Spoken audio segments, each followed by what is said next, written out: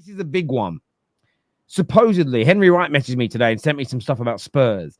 They could be prepared to pay £65 million for Dominic Solanke. That's a big load of change. It really is. And Spurs have been pretty quiet this transfer window.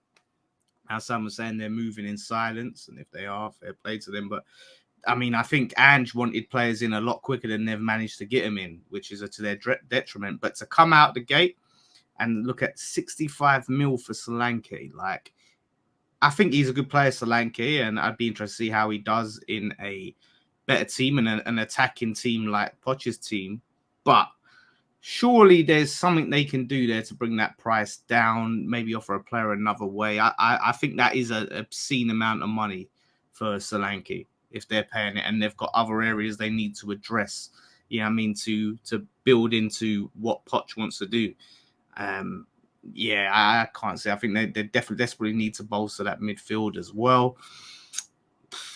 I don't know how much they're going to have to spend, man, but that's crazy. As much as I like Solanke, I wouldn't pay it. I wouldn't want to see my club pay it. That's all I'll say. Like, Tony's like 40, 50 mil, isn't he? Ivan Toney.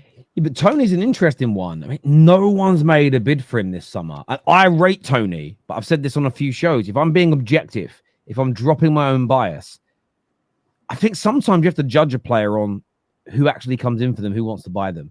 The fact no one's willing to pay 30, 40 million pounds for Ivan Toney, it tells me there could be a problem. Forget what I think. I have to be realistic about it. But it doesn't mean I'm saying Dominic Solanke is worth 65 million. But I am reading that there's a 20% sell-on clause that Liverpool get. And when there's sell-on clauses, teams always try to get more money because what's 20% of that's going to be like 13, 40 million. You might find that they're happy with 45 to 50 million Bournemouth. But because they're going to lose 20% of that, then maybe they're having to push that price up a little bit more to get the money they think he is worth. So what do you make of it, Staffy? Do you think this would be a good bit of business by Tottenham along with Archie Gray for the start of their season? Solanke is a very good player. I wanted him at United. If you remember my whole Rasmus Højlund criticism from last season, I said we could have gotten someone like Dominic Solanke for cheaper.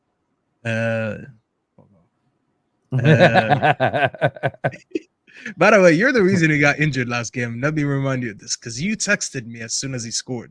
You forgot about the football gods. So there you go. I know. Do you know what's really funny? It's like ever since you said he doesn't create his own goals, his last 5 goals for Man United have all been self-created. Yeah, even though that's pre-season.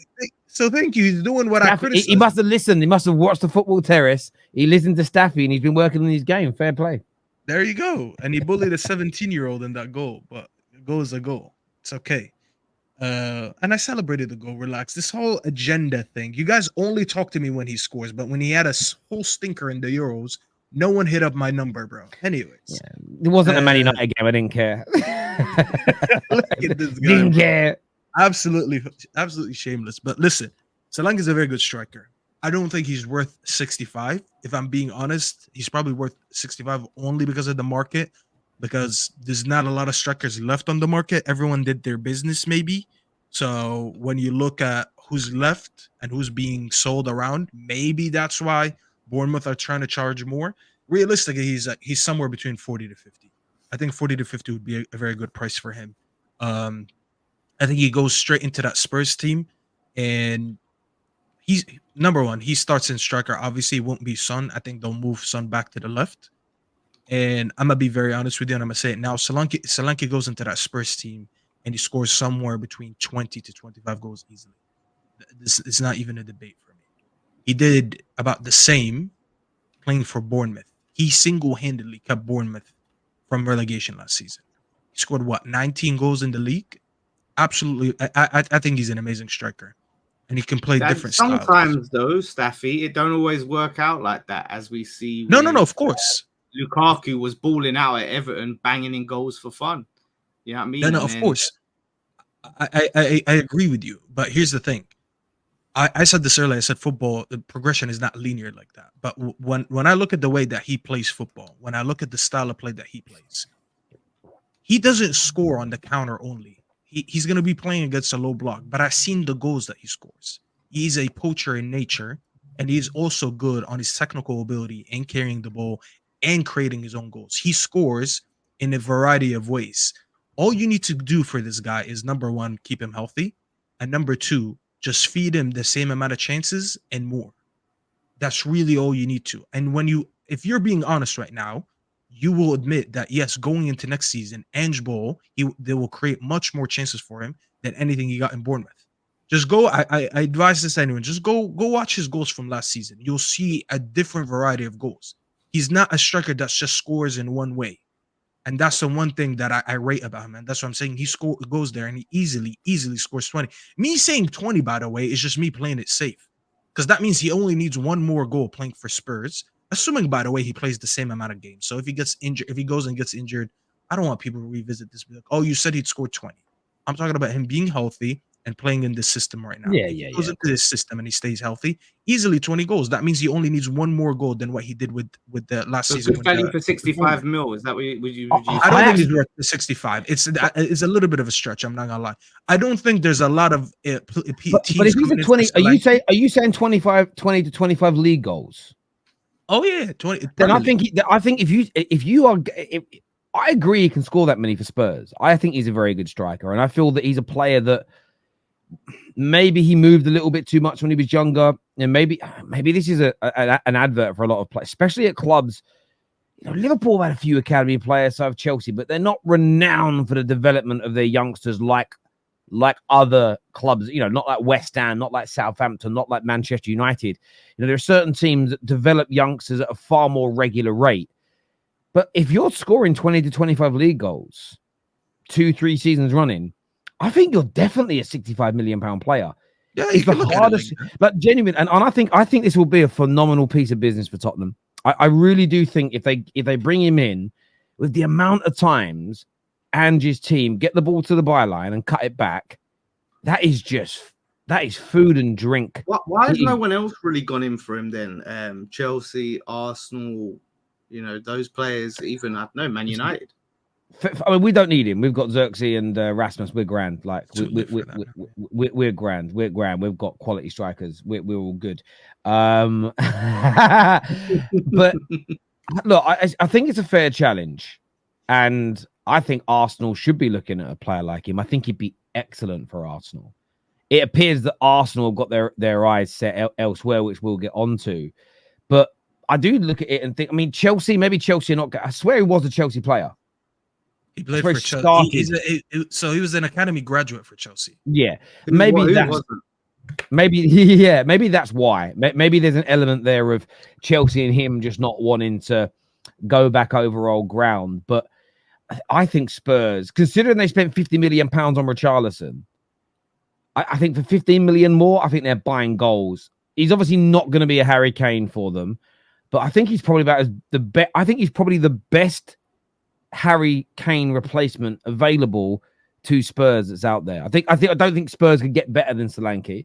I think he'd score goals for them, and I think he could change the course of their season. I think Solanke can take them from being a top 6 team to a side that could most certainly finish in Champions League positions, because I think Spurs will be even better this season under Big Ange than they were last year. I think they're going to have improved. I don't think they'll start as well.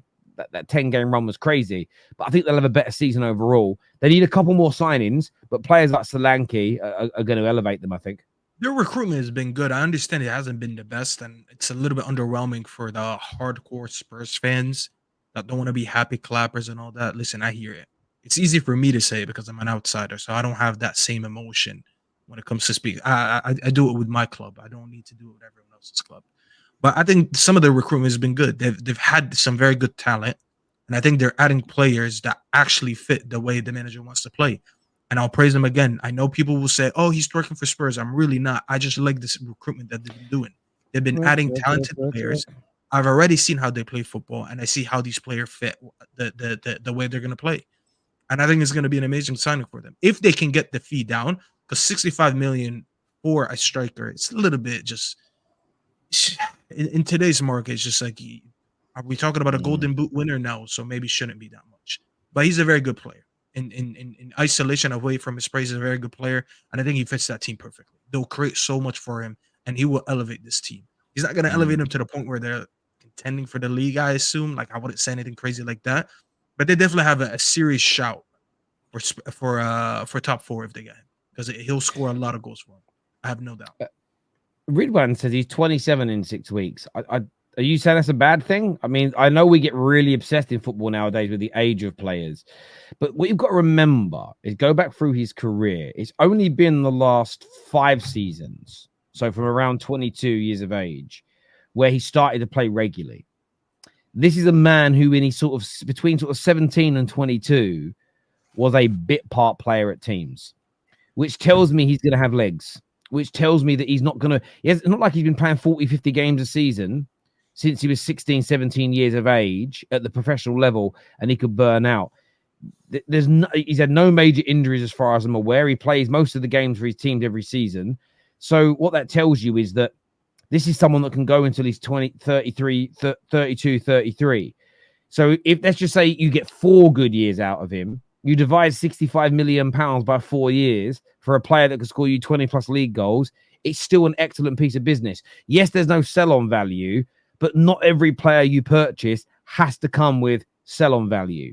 If you look, for instance, at, because you do new deals for players when they're 26, 27, and, you know, City were not stupid to give KDB a new deal a few years ago because now he's got no major sell-on value outside of the Saudi league. Arsenal look like they're about to bring in Marino. He's going to have no sell-on value, but not every player has to. I genuinely think we've become obsessed with, oh, there's no sell-on value, it's a bad deal. Now, sometimes you just need a player in the here and now that's going to make you better. And because Spurs, your build can't just be everything's potential. Chelsea have been ridiculed in the last couple of years for the majority of their deals being potential. You do need to go out there like they've done with Tosin, Dewsbury Hall, what they might be doing with Osimhen, and buying players that are ready, that are 24, 25, 26, who don't really have a sell-on value, but improve you in the here and now. That balance is so key. So yeah, I don't think it matters that he's 27 years of age, in my personal opinion. I think it's a brilliant age. He's at the peak of his powers. He looks fit. He's not been overused. He doesn't have a bad he can't have a bad injury record. Just looks at how many league games he plays every year. You know, well, 27 is a prime age for a striker. That's when you're at your physical peak and you're mature enough to know the game. And listen, as I said, he came off a great season last season. 19 goals. I don't think people understand how 19 goals means a lot playing for a Bournemouth side. 19 for Bournemouth. That's a lot of goals for a small side. So, Staffy, are you going to do for Spurs what Terry was doing for Arsenal? You know what it is, bro? I've noticed these people they hate when I don't share the same tribalism as them when it comes to like some neutral football debates. Like, I don't want to be a football troll every day. Sometimes I just want to sit here and talk proper football. So I know Manny's probably just joking around because I said it, so it's not necessarily him. But some people just get mad that I don't want to sit here and just shit on them. They want me to do what like Igal does, Dunn does, and just sit here and like, yeah, you're shit. But when's the last time you won Champions League? No, I agree. I agree. And it's there's a lot of United fans who turned on me. Are you too nice to Arsenal? I'm like, I'm just being honest. I find it. I've got to a point. I love banter within football. I grew up in London, and Lawless will tell you, when you grow up in London, your classroom is full of 5, 6, 7, 8, 9, 10 different teams being supported. Every day's banter and it's fun. But there was still serious football conversations. Does that make sense? When I grew up, nobody had an agenda to make it sound like Ryan Giggs was a bad footballer. You would have someone say, I think Perez is better, right? But we'd all say Perez and Giggs are both amazing. Now it's sort of like, no, actually, I'm going to create an agenda that makes Ryan Giggs look bad. I find it jarring. I'm at a point where the banter for me only really works if it's tongue-in-cheek, but there's like a mutual respect there, which ironically is why there's no such thing, in my opinion, as offensive humor, because it's always said from a good place. If it's said from a nasty place, then it isn't humor. It's almost like a political point, if that makes sense. And when it comes to banter, it's funny when you know someone doesn't really mean it, but the way we've tried to turn banter into serious talking points in football, honestly, I've become just bored of it. I really like I'm really bored of it. So no, you're not twerking for Spurs. I think you're just being honest. I totally agree. So, but that's just my opinion. You guys can do whatever banter you want. I'm not trying to control you for anyone getting angry.